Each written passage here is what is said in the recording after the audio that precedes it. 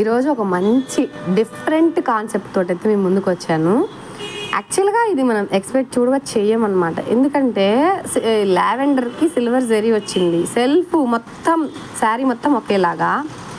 దీనికి ఎలా చేయాలి ఏంటి అని ఆలోచించి కొంచెం డిఫరెంట్ స్టైల్లో అయితే డిజైన్ చేశాను. టాజిల్స్ అయితే ఇలా గోల్డ్, లావెండర్, పింక్ తోటి అయితే వేశాను. సో ఇంకా పింక్ కలర్ బ్లౌజే కదా చేస్తాము.